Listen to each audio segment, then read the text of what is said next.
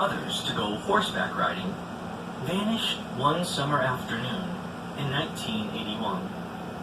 She had gone off alone to take a picture of a nearby lake, and a tour guide says he last saw her standing on a granite slab of rock, and then she was gone. It seemed as though Aris had been wiped off the face of the earth. Search parties combed the park fruitlessly, finding nothing but her abandoned camera lens. The significance of her last known location is crucial. Granite has been known to play an astonishingly frequent role in missing person cases.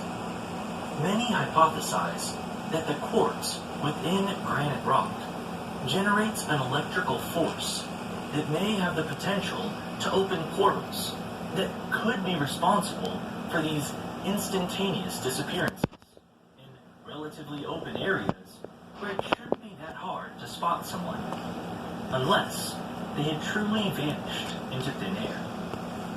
Some scientists have already begun to look into the electromagnetic potential of quartz. Hopefully, more quantum physics research will be conducted in the coming years to determine if these wormholes to alternate dimensions are really the force behind cases like Stacy's. Number 5. Travis Walton. Countless UFO sightings have occurred in national parks across America, and many of them seem to directly coincide with the timing of disappearances.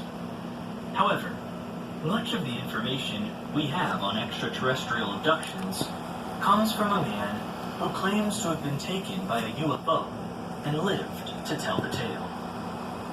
In November 1975, Travis Walton was working as a forester in the Apache Sitgreaves National Forests when he went missing for 5 days.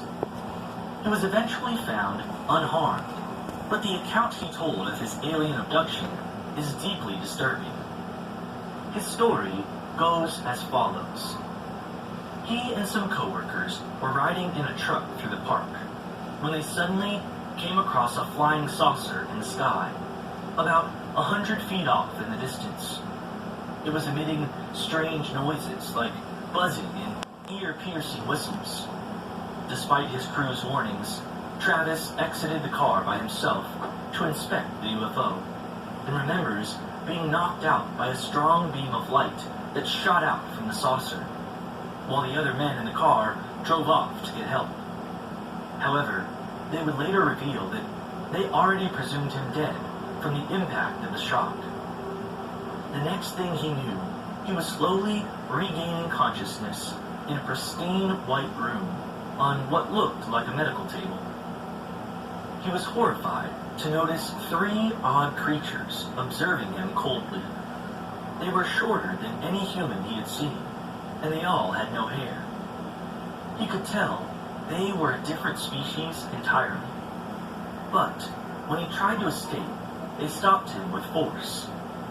He fought the creatures, desperately searching for an escape, when he was relieved to see another human enter the room. However, his relief was short-lived, as the human only led him to another sinister, empty room, where 2 other humans ambushed him. The 3 aggressors then proceeded to anesthetize him with a mask over his face, and though he tried to fight against the sleep, he eventually succumbed to it. After that, all he remembers is waking up back on Earth, walking along a highway as he helplessly watched the UFO fly away in the distance. Walton's case set a precedent for the future of missing person theories, especially in national parks. If Walton's first-hand account wasn't enough, his coworkers all testified to the truth of his claims when it came to seeing the flying saucer and beam of light, and none of them failed a polygraph test on these assertions. Since then, UFOs have become an important consideration that is often thrown into discussions of national parks.